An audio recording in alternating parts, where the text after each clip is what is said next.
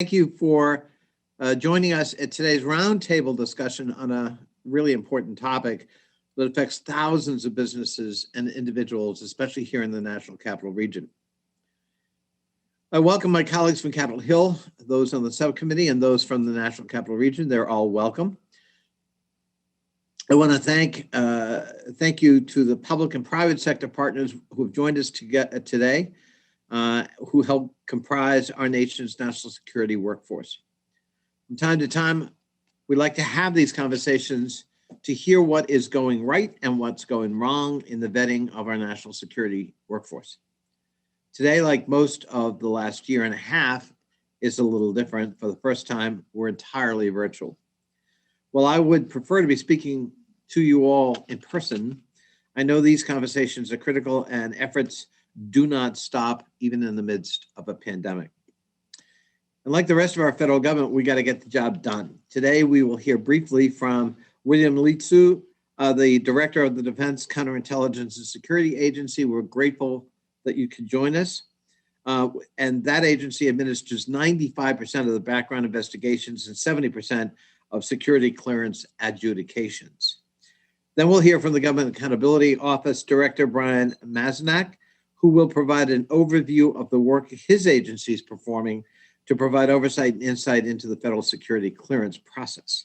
After that, we want to have a lively discussion and open it up, engaging several questions related to the security clearance process. In particular, we'll examine how can we effectively continue to press for timely processing of security clearances across the government, including background investigations and agency adjudications. How have our private sector partners engaged in the new office at DoD responsible for government-wide security clearances, the Defense Counterintelligence Security Agency?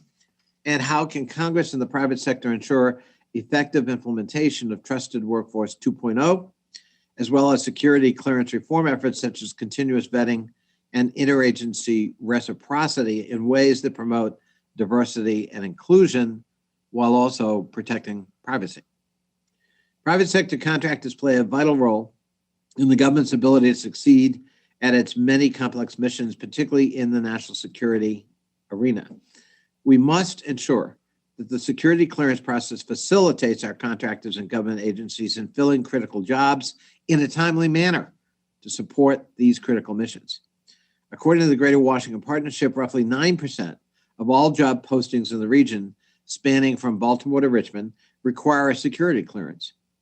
In 2019, in the Washington, D.C. metro area alone, more than 102,000 jobs requiring security clearances were posted, with most of those positions listed as systems engineers, software developers, program analysts, and network engineers.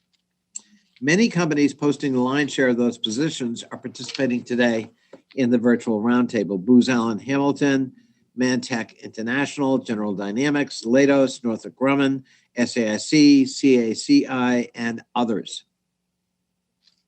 According to the Office of the Director of National Intelligence, in 2019, the most recent data available, roughly 2.9 million individuals, government employees and private sector contractors held security clearances, 2.9 million.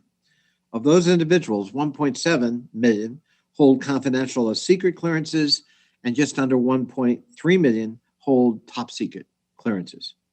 According to ODNI, nearly 1.3 million additional individuals are determined to be eligible for security clearances by virtue of their positions, but they do not have clearances or access to sensitive information.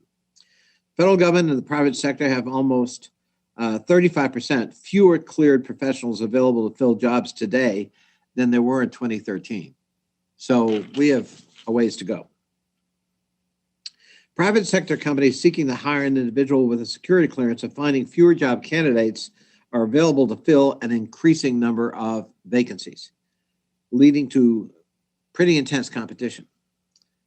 When we surveyed today's participants about their experience with security clearance processes, we learned that the lack of reciprocity of clearances among agencies and continued delays for hired individuals to receive a clearance remain very top concerns. Booz Allen Hamilton, for example, seeks new or updated clearances for about 1,600 individuals, and each year awaits clearance approvals for 500 individuals at any given time. It also seeks reciprocity for 4,400 clearances annually among agencies. CACI has more than 15,000 individuals who are cleared or awaiting clearance on staff and has more than 2,500 open jobs posted requiring individuals to have a clearance. General Dynamics has around 50,000 cleared individuals on its staff and seeks 5,000 clearances annually. Northrop Grumman has 69,000 employees with security clearances, with 4,300 awaiting clearances before they can start working. NT Concepts, by comparison, a smaller business with 139 employees, has 99 cleared individuals on staff and 9 jobs posted for individuals requiring a clearance. iWorks, another small-sized business, has 90 employees with 82 cleared individuals, 8 more individuals awaiting clearance, and 14 open job postings requiring a clearance. Janus Research Corporation from Mr. Heiss's district in Georgia currently has 18 employees awaiting the clearance queue and somewhere between 20 and 40 open positions in need of individuals with such clearances. So there's a broad range, but there's also a clear need. In 2018, Mantech testified that approximately 10,000 contract positions critical to the intelligence community alone remained unfilled, representing $1.8 billion worth of lost services contract support for critical missions. That was out of a $71 billion annual intelligence budget. According to the National Security Alliance, a trade association of contract security companies, in 2019, security clearance processing delays caused predominantly by some agencies' unwillingness to accept clearances completed by other agencies, namely reciprocity, may account for as much as $2 billion in lost productivity in the intelligence community alone, and up to $8 billion for federal government as a whole. These delays affect private sector contracting companies and their employees who regularly support the missions of multiple agencies. They also affect the productivity of the federal government itself.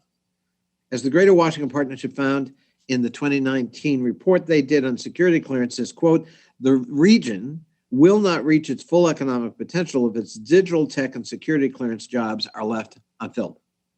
Despite the lack of availability of cleared individuals, the background investigation and adjudication processes have in fact been improving in efficiency over time. In FY 2018, for example, the federal government approved only 668,546 security clearances.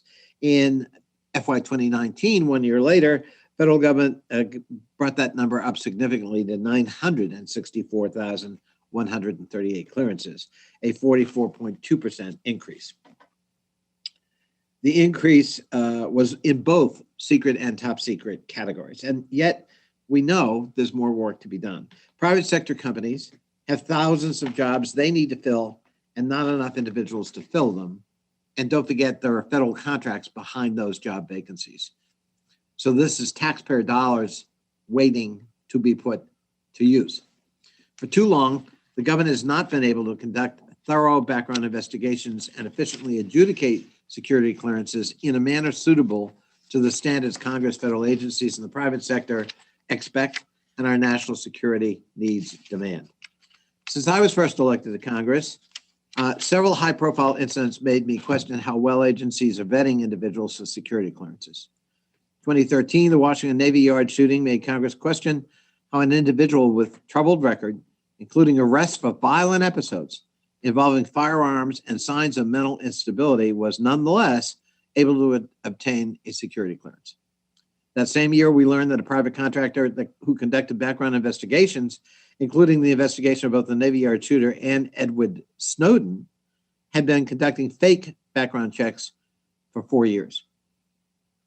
In 2015, the data breaches of personnel records and security clearance files at the Office of Personnel Management exposed sensitive information about at least 22.1 million people, including federal employees and contractors, as well as their family and friends, including, I might add, the chairman of this subcommittee.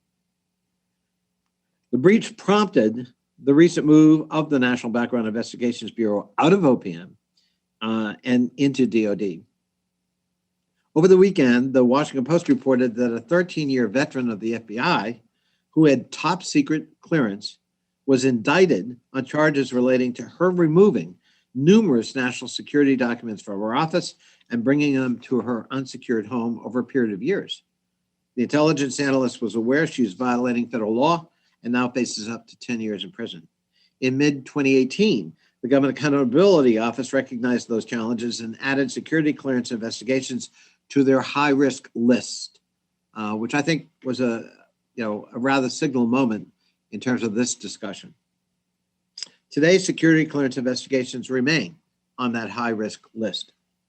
The federal government has made significant statutory improvements in the security clearance process. The Secret Act, which I helped write with former Representative Steve Knight, as well as the National Defense Authorization Act amendment to improve clearance adjudication backlogs and additional congressional oversight, I think have been effective in spurring improvements.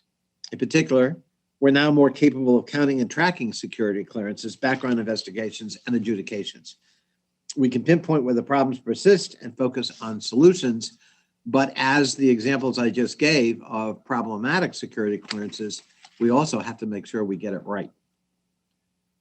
I want to thank Mr. Litzu, Mr. Mazanek, Mr. Heiss, my ranking member, and our private sector participants who have joined us today, as well as all of my colleagues from the Hill who graciously are joining us for this roundtable conversation today. It's important that we hear from all of you as we continue to conduct oversight on this critical matter. Before I call on the ranking member, Mr. Heiss, for any opening remarks he may have, I want to introduce our roundtable participants.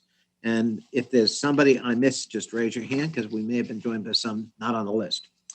Mr. Litzu, Director of the Defense Counterintelligence Security Agency from the Department of Defense, and I know he's got to leave kind of early, and he's going to leave behind some of his colleagues who are going to help field questions as well. Brian Mazanek, Director of Defense Capabilities Management, Government Accountability Office.